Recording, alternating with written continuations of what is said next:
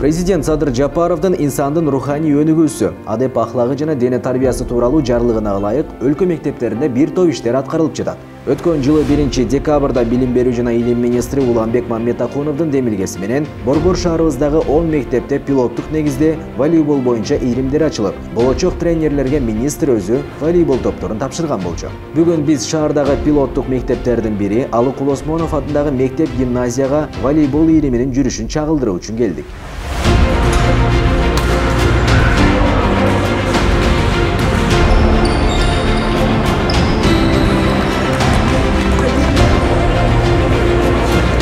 Жаштардын спорттук иримине мектеп директорунун тарбия иштери боюнча орун басары Канат Ахметов өзү көз салып жатыптыр.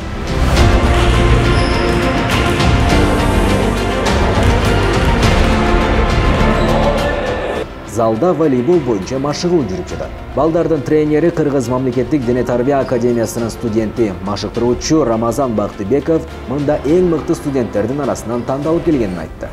Кыргыз мамлекеттик дене тарбия жана спорт академиясында окуйм, азыр 2-курсмун.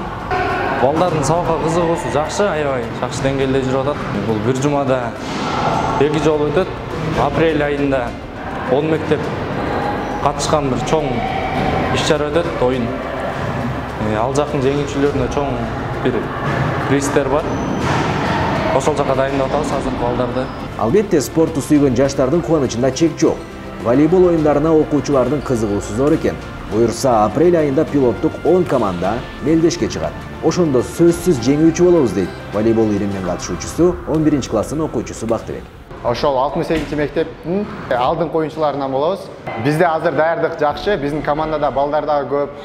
Биздин капитан, менин досторум баары жакшы формада азыр. Буюрса, апрель айына чейин дагы күчтөнүп, буюрса 1-орунду ала турган үмүттөрүбүз бар.